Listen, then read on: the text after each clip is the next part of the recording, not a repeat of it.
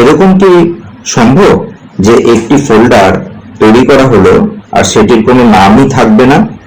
কারণ by default যে কোনো ফোল্ডার তৈরি করা হোক না কেন তাতে নিউ ফোল্ডার বলে থাকেই নাম। আমরা দেখি ট্রাই করে যে সেটি সম্ভব হয় কিনা। এখানে আমরা দেখতে পাচ্ছি যে নিউ ফোল্ডার বলে একটি ফোল্ডার তৈরি আছে। তা এইটিকে এরপর আমরা আরেকটি ফোল্ডার তৈরি করছি যেটির কোনো নামই থাকবে না বা শো করবে না।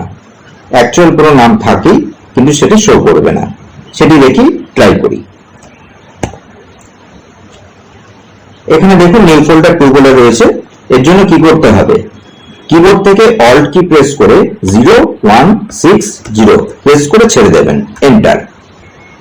ব্যাস, ম্যাজিক দেখুন।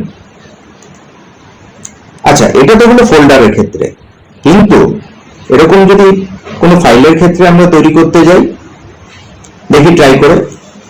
একই পদ্ধতি, একটি ওয়ার্ড ফাইল আমরা তৈরি করব এবং সেটিতেও দেখবো যে একইভাবে কাজ করছে।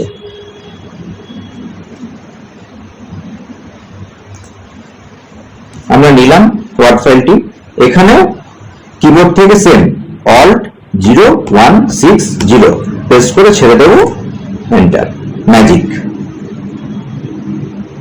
এরকম টাইপের ভিডিও পেতে বা এরকম মজাদার টাইপের ভিডিও পেতে আমার চ্যানেলটিকে অবশ্যই সাবস্ক্রাইব করুন এবং আমাকে ফলো করুন, এবং অবশ্যই নোটিফিকেশন বাটনে বা বেল বাটনে প্রেস করতে ভুলবেন না।